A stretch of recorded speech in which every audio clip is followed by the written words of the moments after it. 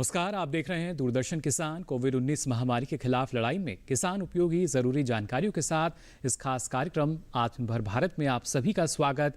मैं हूं मुकुल शर्मा। आइए देखते हैं क्या है नया आज के कार्यक्रम में। सरकार ने चीनी सीजन 2021 और 22 के लिए चीनी मिलों द्वारा दिए गन्ने के उचित और लाभकारी मूल्य के निर्धारण को स्वीकृति दी। खरीफ विपणन सत्र में खरीदकारियों से लगभग 129.03 लाख किसान लाभान्वित हुए। बेल वाली सब्जियों से किसानों तक पहुंचेगा मुनाफा और सही देखभाल से अमरूद होंगे और भी ज्यादा जानदार। आइए अब समाचार देखते हैं विस्तार से।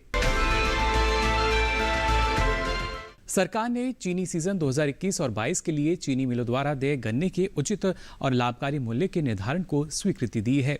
गन्ना किसानों के लिए अब तक के उच्चतम उचित और लाभकारी मूल्य 290 रुपये प्रति क्विंटल को स्वीकृति दी गई है। इस निर्णय से 5 करोड़ गन्ना किसानों और उनके आश्रितों के साथ साथ चीनी मिलों और संबंधित सहायक गतिविधियों में कार्यरत 5 लाख श्रमिकों को लाभ मिलेगा। आइए इसके बारे में और अधिक जानकारी लेते हैं इस रिपोर्ट में।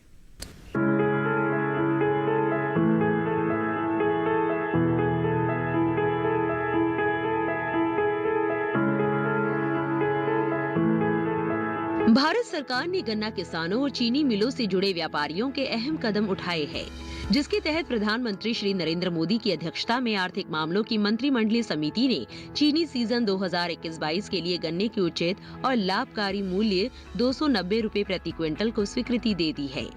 इस निर्णय से 5 करोड़ गन्ना किसानों और उनके आश्रितों के साथ साथ चीनी मिलों और संबंधित सहायक गतिविधियों में कार्यरत 5 लाख श्रमिकों को लाभ होगा। केंद्र सरकार और कृषि एवं किसान कल्याण मंत्रालय द्वारा लिया गया ये निर्णय उपभोक्ताओं के हितों और गन्ना किसानों के हितों के बीच संतुलन स्थापित करता है। स्वीकृत FRP चीनी मिलों द्वारा चीनी सीजन 2021-22 में किसानों से गन्ने की खरीद के लिए लागू होगी। चीनी क्षेत्र एक महत्वपूर्ण कृषि आधारित क्षेत्र है, जो कृषि, श्रम और परिवहन सहित विभिन्न सहायक गतिविधियों में कार्यरत लोगों के अलावा लगभग 5 करोड़ गन्ना किसानों और उनके आश्रितों एवं चीनी मिलों में सीधे कार्यरत लगभग 5 लाख श्रमिकों की आजीविका से जुड़ा है। स्वीकृति के मुताबिक ये प्रत्येक 0.1% की वसूली में 10% से अधिक की वृद्धि हेतु और FRP में रिकवरी के लिए प्रत्येक 0.1% की कमी के लिए 2 रुपये 90 पैसे प्रति क्विंटल का एक प्रीमियम प्रदान करते हुए 10% की मूल वसूली दर के लिए 290 रुपये प्रति क्विंटल होगी। हालांकि सरकार ने किसानों के हितों की रक्षा के लिए ये भी निर्णय लिया है कि उन चीनी मिलों के मामले में कोई कटौती नहीं होगी जहां वसूली 9.5% से कम है।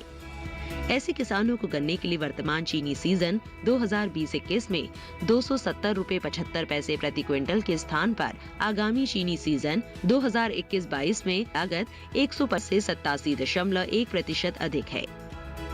गन्ने की चीनी मिलों द्वारा खरीद की गई, जो अब तक का उच्चतम स्तर है। आगामी चीनी सीजन 2021-22 में गन्ने के उत्पादन में अपेक्षित वृद्धि को ध्यान में रखते हुए चीनी मिलों द्वारा लगभग 3088 लाख टन गन्ना खरीदे जाने की संभावना है। गन्ना किसानों को किए जाने वाला कुल प्रेषण लगभग 1 लाख करोड़ रुपए होगा। सरकार अपने किसान हितैषी उपायों के माध्यम से ये सुनिश्चित करेगी कि गन्ना किसानों को उनकी बकाया धनराशि समय पर मिले। खरीफ विपणन सत्र में खरीदकारियों से लगभग 129.03 लाख किसान अभी तक लाभान्वित हुए हैं। वहीं धान की खरीद अब तक के उच्चतम स्तर पर पहुंच चुकी है। इस बारे में और अधिक जानकारी के लिए नजर डालते हैं इस खास रिपोर्ट पर।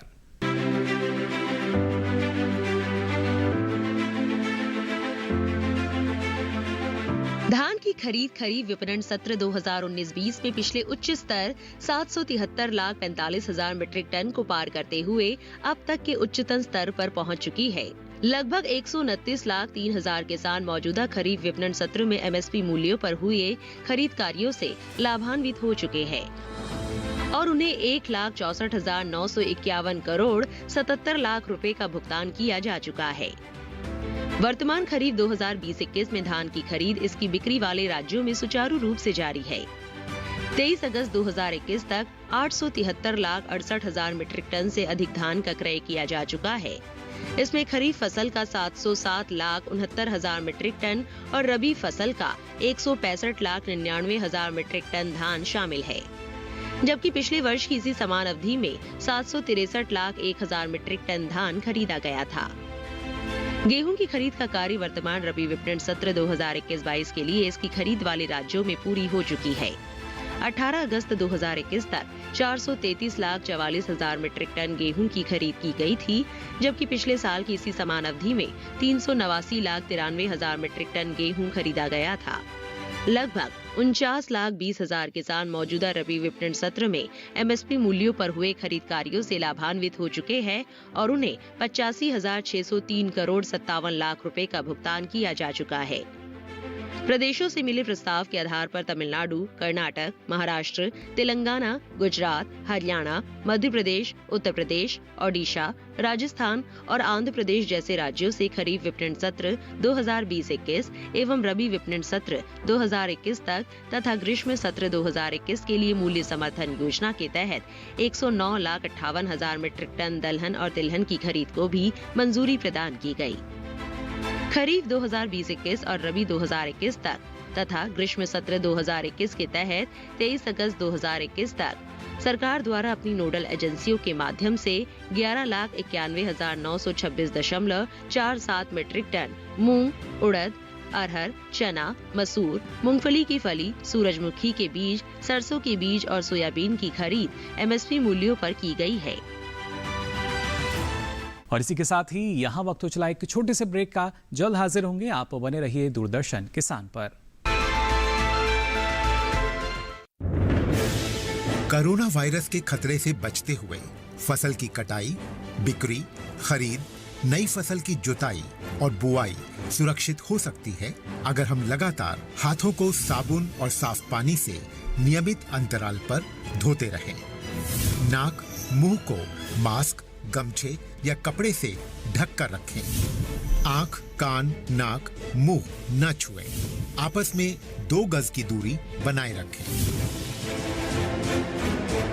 मास्क और 2 गज की दूरी के मंत्र को अभी हमें छोड़ना नहीं है। फसलों की बुवाई एवं कटाई करते समय आपस में कम से कम 2 गज की दूरी बनाए रखें।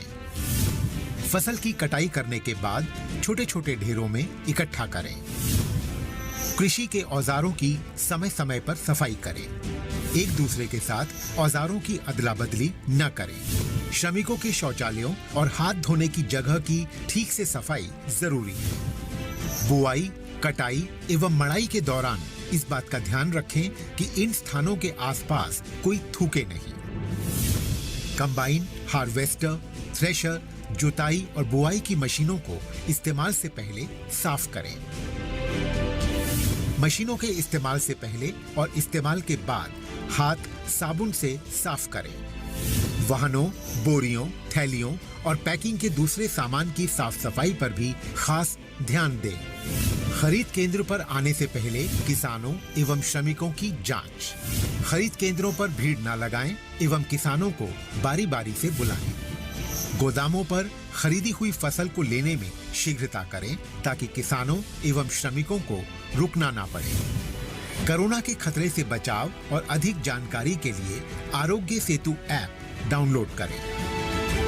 देश में खाद्य सुरक्षा के ये सिपाही भोजन की निरंतर उपलब्धता को सुनिश्चित करते हैं। किसान स्वस्थ रहें, तभी हम कोरोना वायरस से जीत पाएंगे, आगे बढ़ पाएंगे। किसान सबल, देश प्रबल। ब्रेक के बाद आप सभी का एक बार फिर स्वागत। आत्मनिर्भर भारत में अच्छी आमदनी के लिए जरूरी है सही समय पर फसलों की बुआई और कटाई की जाए। साथ ही फसल की जरूरत के हिसाब से उसमें समसामयिक काम भी आपको करते रहने चाहिए। आज हम आपको यहाँ बताएंगे बेल वाली सब्जियों के बारे में, किस तरीके की सावधानी आपको इसमें रखनी है और किस तरह का प्रबंधन अपनाकर आप अच्छी उपज ले सकते हैं। आइए जानते हैं।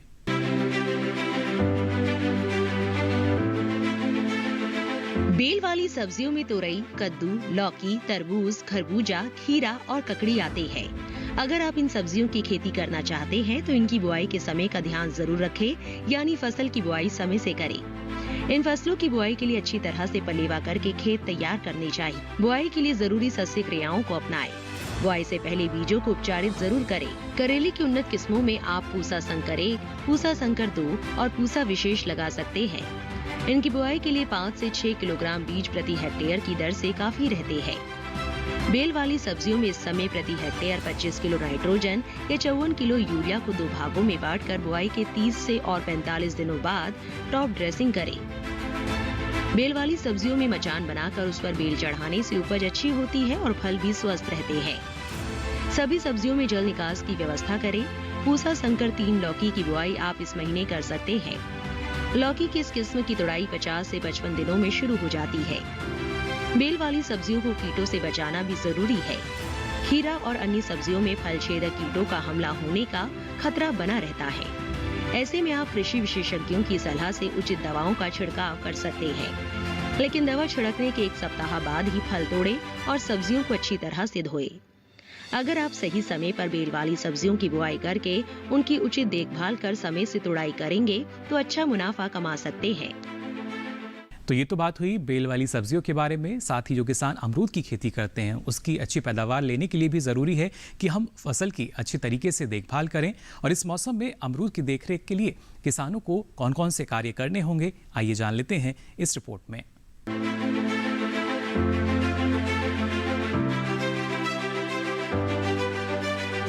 अमरूद को सेहत और स्वाद का संगम माना जाता है। अमरूद की खेती उत्तर प्रदेश, बिहार, मध्य प्रदेश, महाराष्ट्र, पश्चिम बंगाल, ओडिशा और त्रिपुरा में की जाती है। जिन किसानों ने अमरूद के बाग लगा रखे हैं वो इस समय अमरूद की फसल की देखरेख जरूर करें। उचित देखभाल से फसल अच्छी होगी और आपकी आमदनी में इजाफा होगा। इस समय अमरूद के पौधों की रुपाई की जा सकती है। पौधों की रुपाई 5-5 मीटर की दूरी पर करें और पौध लगाते समय प्रति गड्ढा 25 से 30 किलो गोबर की खाद डालें। इसके लिए पहले साल में 260 ग्राम यूरिया, 375 ग्राम सिंगल सुपर फॉस्फेट और 500 ग्राम पोटेशियम सल्फेट प्रति पौधा डालना चाहिए। इसके बाद आयु के हिसाब से उर्वरकों का उपयोग करना चाहिए। अमरूद में बरसात के समय की फसल से पैदावार तो अधिक मिलती है, लेकिन गुणवत्ता खराब होती है। इसलिए इस मौसम में फल ना लेकर सर्दी के मौसम में लेने के लिए जरूरी कृषि कार्य करने चाहिए। अमरूद के पौधों में जस्ता की कमी होने से पत्तियों का पीला पड़ना, छोटा होना और पौधों की बढ़वार कम हो जाने के लक्षण मिलते हैं। अमरूद में फल मक्खी के प्रकोप को कम करने के लिए गिरे हुए और ग्रसित फलों को नष्ट कर दें। छेदक कीट से भी अमरूद को बचाएं। अमरूद के बाग में साफ सफाई रखें। नीम और जैविक खाद का उपयोग करें।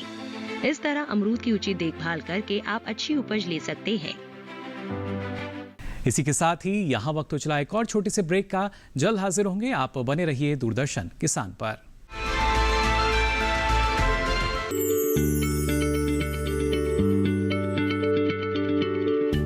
क्या आप किसी बीमारी से परेशान हैं? चाहते हैं डॉक्टर की सलाह? तो हम हैं आपके साथ। बताएंगे आपको जीने की राह। समस्याएं आपकी, समाधान देश के मशहूर विशेषज्ञों के। घर बैठे बात करें देश के जाने माने डॉक्टरों से। हमारे लाइव प्रोग्राम स्वस्थ किसान में हर शनिवार शाम 6 बजे से 7 बजे तक। खुशहाल होंगे खेत, पशु रहेंगे स्वस्थ, सरकारी स्कीम का होगा लाभ, जब एक्सपर्ट्स का मिलेगा साथ, आपके सवाल विशेषज्ञों के जवाब, सिर्फ एक फोन कॉल की दूरी पर।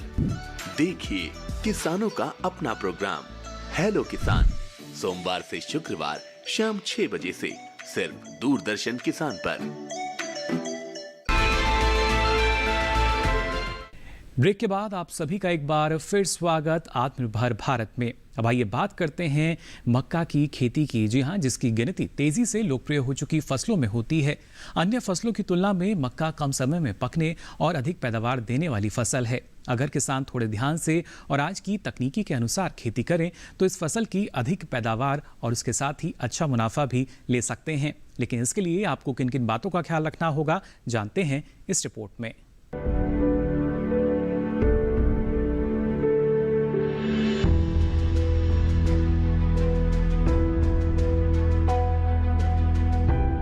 मक्का खरीफ की एक मुख्य फसल है। भारत की जलवायु में विविधता होने के कारण यहाँ मक्के की विभिन्न प्रकार की किस्में उगाई जाती है। कार्बोहाइड्रेट, प्रोटीन और विटामिनों से भरपूर मक्का शरीर के लिए ऊर्जा का अच्छा स्रोत है। इसके साथ मक्का शरीर के लिए आवश्यक खनिज तत्वों जैसे कि phosphorus, magnesium, manganese, zinc, copper, iron इत्यादि से भी भरपूर फसल है। अन्य फसलों की तुलना में मक्का कम समय में पकने और अधिक पैदावार देने वाली फसल है। अगर किसान थोड़े ध्यान से और आधुनिक तकनीकी की मदद से खेती करे तो इस फसल की अधिक पैदावार से अच्छा मुनाफा कमा सकते हैं। जून माह के शुरू होते ही मौसम और बारिश को ध्यान में रखते हुए किसान मक्के की बुआई कर सकते हैं। मक्का की खेती करते समय उन्नत प्रजातियों का चुनाव करें। जवाहर मक्का 8, विवेक 4, विवेक 17, विवेक 43, विवेक 42, प्रताप हाइब्रिड मक्का 1 आदि मक्के की जल्दी पकने वाली किस्में हैं। जल निकास वाली बलुई दोमट मिट्टी मक्के की खेती करने के लिए उपयुक्त होती है। मक्के की फसल में सिंचाई फूल आने और दानों के भरने के समय करें। पहली जुताई मिट्टी पलटने वाले हल से और दूसरी तथा तीसरी जुताइयां रोटावेटर की मदद से करें। मक्के की फसल का कीट से बचाव करें। मक्का में लगने वाले प्रमुख कीट धब्बेदार तना भेदक कीट, गुलाबी तना भेदक कीट होते हैं। इसके अलावा पत्तियों का झुलसा रोग एवं तना सड़न जैसे रोगों के होने का खतरा होता है। फसल को शुरुआती अवस्था में रोगों से बचाने के लिए बीज उपचार करें। हमारे देश में दलहनी फसलों का एक खास स्थान है। यहाँ दालों की सबसे अधिक खपत होती है। भारत में सबसे अधिक दलहन उत्तर प्रदेश, मध्य प्रदेश, महाराष्ट्र, राजस्थान, आंध्र प्रदेश और कर्नाटक में होती है। दलहनी फसलें प्रोटीन का एक प्रमुख स्रोत मानी जाती हैं। दलहनी फसलों में प्रचुर मात्रा में पोषक तत्व भी पाए जाने के कारण लोगों में हमेशा इसकी मांग भी बनी रहती है। आज हम आपको जानकारी देंगे मूंग और उड़द के बारे में। अगर आप इनकी खेती करना चाहते हैं या खेती कर रहे हैं, आपको कौन कौन सी विशेष सावधानी अपनानी होगी, किस तरह का प्रबंधन अपनाना होगा, आइए जान लेते हैं इस रिपोर्ट में। दलहनी फसलों में मूंग एवं उड़द की महत्वपूर्ण भूमिका है। मूंग की फसल को खरीफ, रबी और जायद तीनों मौसम में उगाया जा सकता है। उड़द को मुख्य रूप से खरीफ में उगाया जाता है। अधिक उपज के लिए मूंग एवं उड़द की बुआई कतार में करनी चाहिए। मूंग और उड़द फसल की खेती और उचित देखभाल कर अधिक से अधिक मुनाफा कमाया जा सकता है। मूंग और उड़द फसल की देखभाल करते समय कुछ बातों का विशेष रूप से ख्याल रखना चाहिए। खासकर मूंग और उड़द में सिंचाई पुष्प अवस्था में थोड़ा पहले कर दें। साथ ही फसल में फली बनने की अवस्था में भी सिंचाई कर सकते हैं। समय समय पर पोषक तत्वों की देखभाल करें। दलहनी फसल मूंग और उड़द में कम नाइट्रोजन की आवश्यकता पड़ती है। ये फसलें अपने वातावरण से नाइट्रोजन को एकत्रित करने की क्षमता रखते हैं। किसान भाई फसल में पोषक तत्वों की कमी लगने पर यूरिया का इस्तेमाल करें। मूंग और उड़द की फसलों में खरपतवार नियंत्रण भी करना चाहिए।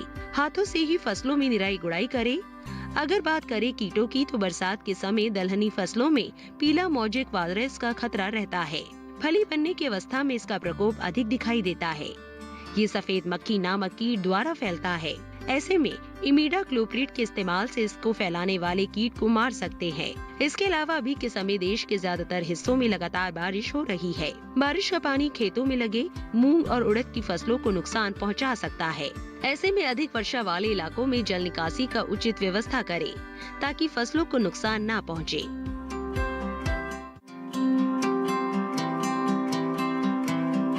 आजकल के दौर में पहले के जमाने के मुकाबले खान पान के तौर तरीकों में काफी बदलाव आया है। अफसोस की बात तो यह है कि अधिक मुनाफे के लिए खेती में जिस प्रकार से उर्वरकों का इस्तेमाल हो रहा है, इसका सीधा असर हमारे स्वास्थ्य पर पड़ता है।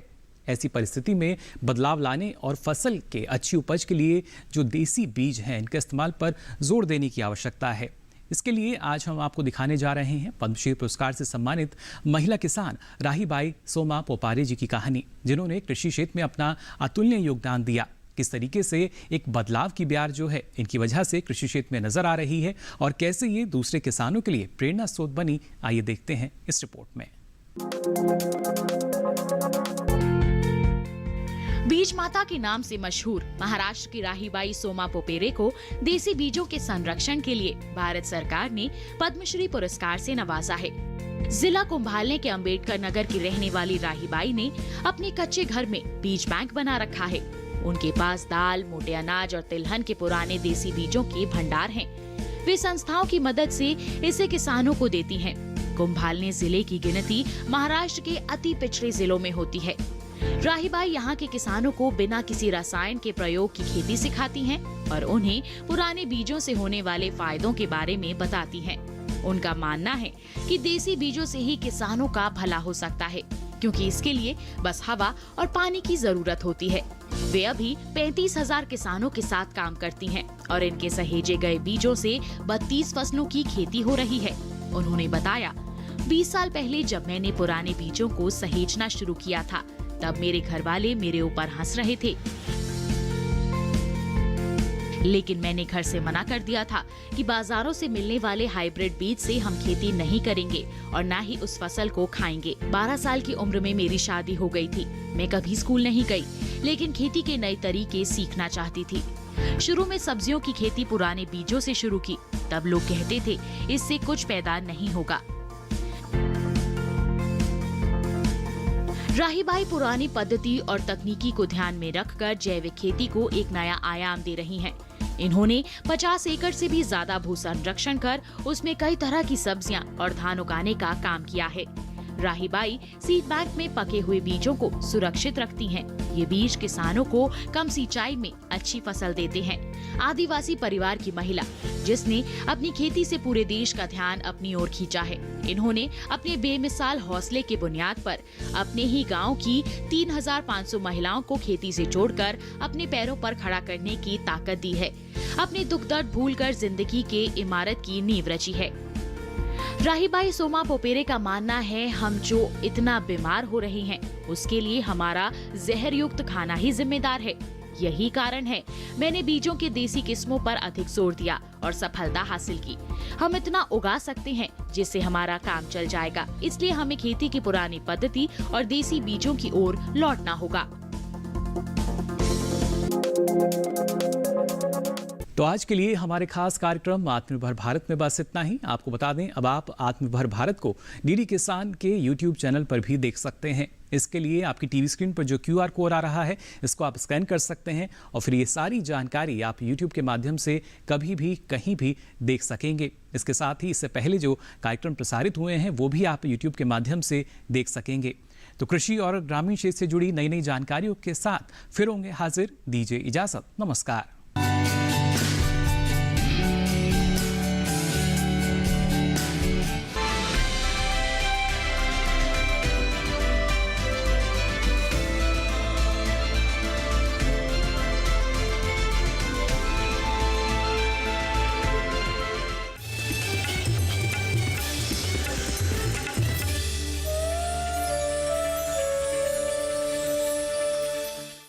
आपको मेरा ये संदेश है कि भोजपुरी हमारी खुद की मांग है कि हम जैसे हमारी फिल्में बनती हैं तो मेरा मन कहता है कि भोजपुरी का भी अपना अलग से एक बन जाए, कानून बन जाए कि हम इसको भी एक अलग की भाषा दे दें।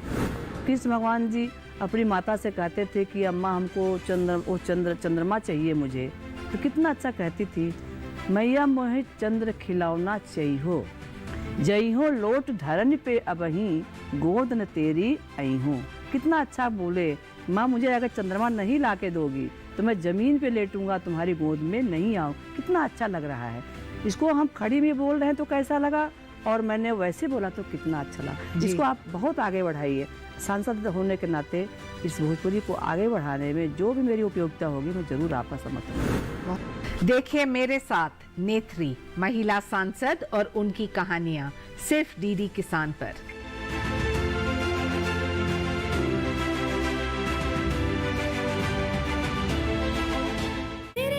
मैं चाहता हूँ मेरे पोते शांतनु और आपकी पोती दोनों की शादी हो जाए। दादाजी का हमेशा से यही सपना था कि इस गांव में एक अच्छा सा अस्पताल खुल जाए। कौन पूरा करेगा हमारा सपना? MBBS admission form. ये गाँव में वो नहीं होता है जो चाहता है भगवान, बल्कि वो होता है जो चाहता है दुबे प्रधान।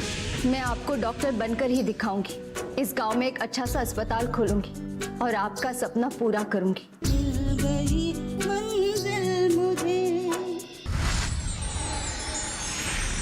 मिल गई मंजिल मुझे।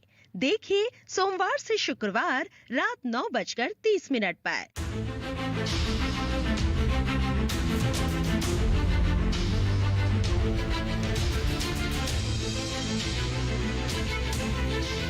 मन की बात।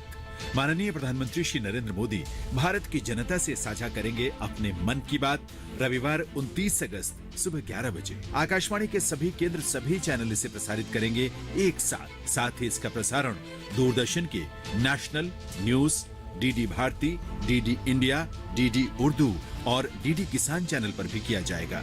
तो याद रखें, रविवार 29 अगस्त सुबह 11 बजे मन की बात। साईं बाबा हिंदू है या मुसलमान? लाल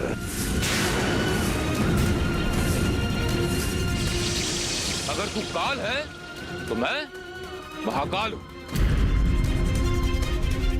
मेरे गुरु स्थान को खुदवाने की हिमाकत किसने की है? साईं नाम है ना तुम्हारा? नाम में क्या रखा है? इंसान का काम बड़ा होना चाहिए।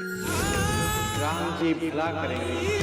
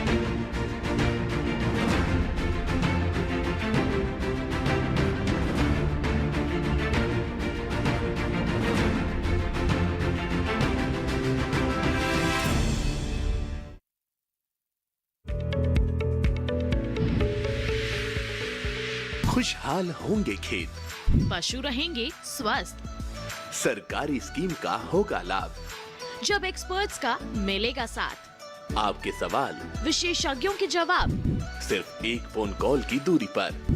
देखिए किसानों का अपना प्रोग्राम हेलो किसान, सोमवार से शुक्रवार शाम 6 बजे से सिर्फ दूरदर्शन किसान पर।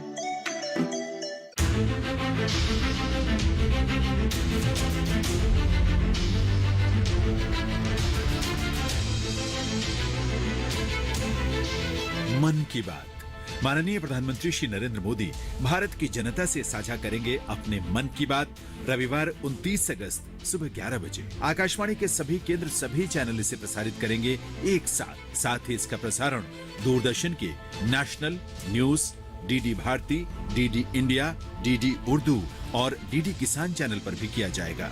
तो याद रखें, रविवार 29 अगस्त सुबह 11 बजे मन की बात।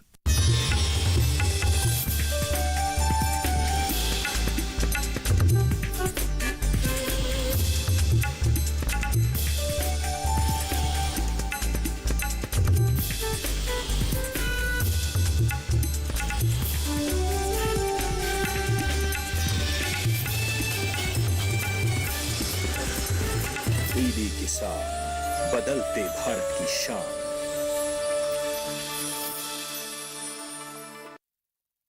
मौसम खबर के सह प्रायोजक हैं रिलैक्सो, मजबूती बेमिसाल, और agriculture insurance company of India limited. संपन्न भारत की पहचान, बीमित फसल खुशहाल किसान।